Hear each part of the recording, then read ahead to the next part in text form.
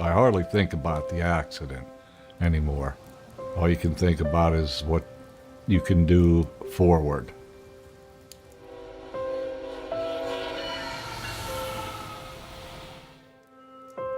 From Jeanette, Pennsylvania. It's a good town to grow up in. I'm about in the middle of 4 brothers and 3 sisters. We're still pretty close. I worked with glass production, mainly industrial. Went along good until the accident. I was setting one of the cooling lines, threw me up against a steel beam, crushed my left side. I think it was around 8 ribs. My lung was collapsed. Prior to the accident, I was walking 2 hours with my dog. I couldn't walk the end of the block. My legs always just felt like they were going to collapse. I really sent my life into a spiral. I was taking 2 different Oxycontins. It just didn't seem to be working. That was 2.5 years I was into that, battling with how much to take, and at home I was self-medicating. When Tim came to the office, he was pretty depressed and desperate, but he was motivated to try anything to alleviate the pain besides narcotics. And we started with some physical therapy, but I really didn't have a good support system, and everything was compartmentalized. The Paradigm approaches a team system to serve as a collaborator and as an ally to help the local treatment team bring all the benefits to the patient. Collaboration between all the members of the team, the insurer, the patient, the local treating physicians, is extremely important.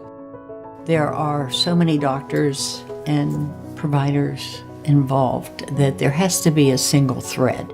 What is the treatment plan for short-term and long-term, and to communicate that plan to the other providers? The case manager goes to all the appointments and forms a bond with the patient. I saw that Tim would defer to her and she would defer to him in ways that I hadn't seen. And whatever I had to offer that was non-medicinal, Linda was very much for and was very adept at coordinating that. So we worked as a team. Every patient brings their unique experience of pain, and we have to find the optimal tools to treat that individual patient, because one approach will not satisfy everyone's needs. The first step was to meet with Tim, meet with his family. Tim has a large family, all very supportive. Whatever Linda said was pretty much the go-to. If she felt it needed to be done, then I didn't have to worry about it. She got it done. My biggest challenge is to say, you're not a bad person because you need to take opiates. What we need to do is work together to find other ways to manage your pain. We eventually recommended that he go to Rosamond in Miami. That's a full inpatient, comprehensive functional restoration program to learn to treat his own chronic pain. Participated in everything. Physical therapy, whatever they needed me to do. I told the girl, just grab a leg, put it where you need it, I'll deal with it, I'll deal with it. And at the 2-week mark, he was completely off of opiates, maintaining his rehabilitation plan, which was psychology, occupational therapy, physical therapy, all of the facets. He continued to be motivated.